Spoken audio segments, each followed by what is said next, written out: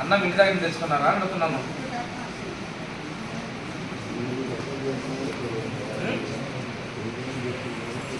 ఉదయం ఏం తిన్నారు మీరు? ఇడ్లీ తిన్నారు. ఇప్పుడు అన్నం ఇచ్చారా? ఎన్ని గంటలకు ఇస్తారు రైతు? ఎన్ని గంటలకు పెడతారు అన్నం? ఒక 1 గంట 2 గంటలు కదా, 2 గంటలు పెట్టేది ఏంటి?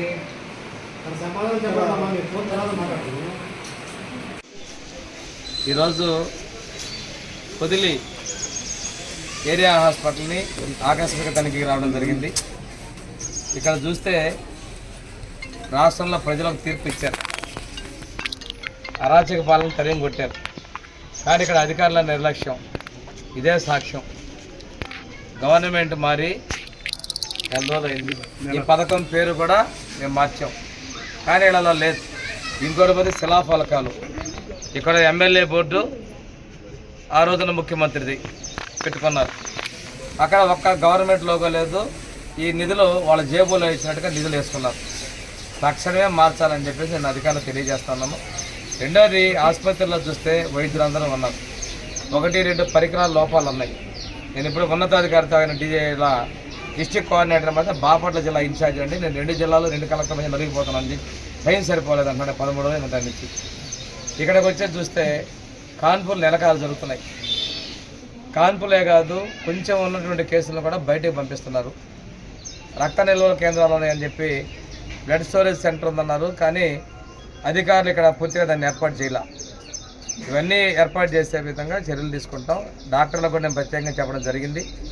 ఏ కేసు వచ్చినా మీరు వైద్యం ఇక్కడే చేసే విధంగా చేయాలి. ప్రజలు కూడా చాలామంది కేసులు ఏదైనా వస్తే మమ్మల్ని బయటకు పంపిస్తున్నారు అంటున్నారు, రిఫర్ చేస్తున్నారు అంటున్నారు. ఇక్కడ అన్ని రకాల వైద్యులు ఉన్నారు. గైనకాలజిస్ట్ ఉన్నారు, సర్జన్ ఉన్నారు, జనరల్ మెడిసిన్ ఫిజిషియన్ ఉన్నాడు, మత్తు డాక్టర్ ఉన్నారు, అదేవిధంగా జనరల్ డాక్టర్, డ్యూటీ డాక్టర్లు ఉన్నారు, పిల్లల డాక్టర్లు ఉన్నారు, పంటి డాక్టర్లు ఉన్నారు, స్టాఫ్ నర్సెస్ కూడా ఉన్నారు. ఆ థియేటర్ ఉంది. కానీ ఇది గత ప్రభుత్వం చాలా గొప్పగా చెప్పుకుంది, మేము ఆరోగ్యం ఇస్తున్నాం, పేదలందరికీ వైద్యం చేస్తాం అంటే డొల్లతనం అనేది ఇక్కడ బయటపడిపోయింది. వాళ్ళది ప్రచారాల ఆర్భాటాలు పబ్లిసిటీ చేసుకున్నారు, మంత్రి గారు కావచ్చు, ప్రభుత్వం కావచ్చు. కానీ ఇక్కడికి వస్తే ఇది ఆచరణ చాలా దూరంగా ఉంది. ఈ వ్యవస్థను మేము మారుస్తున్నాం. ఈ 4 రోజుల్లో కానీ చాలా ప్రక్షాళన చేసుకుంటూ వస్తున్నాం. అధికారుల తీరు కూడా మారాల్సిన అవసరం ఉంది. ఇక్కడైతే మాత్రం సేవలు మెరుగుపరచాలి. మేము ప్రభుత్వం విద్యకి, వైద్యానికి, సంక్షేమానికి, అభివృద్ధికి పీటలు వేస్తున్నాం, పెద్దపీట వేస్తున్నాం. మా ప్రభుత్వం ఆలస్యతనం వేస్తుంది. కానీ ఇంకో విషయం చెప్తున్నాను నేను, మా ప్రభుత్వం ఉద్యోగులతోటి స్నేహహస్తాన్ని అందిస్తుంది.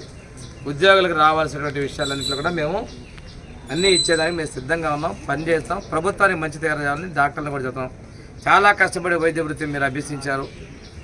పేదలకు సేవలు చేసినటువంటి ఆవశ్యకత ఉందని తెలియజేసుకుంటూ, ఇక్కడ ఎవరైతే మీ ఆసుపత్రి మీద నమ్మకంతో ఇక్కడ చూసాను, కొనకనమెట్ల, మర్రిపూడి, చుట్టుపక్కల మండలాల నుంచి కూడా చాలామంది ఇక్కడికి వస్తున్నారు. వచ్చినటువంటి పేషెంట్లకి ట్రీట్మెంట్ చేసి పంపిస్తే మీకున్నటువంటి ఆత్మసంతృప్తి వేరు.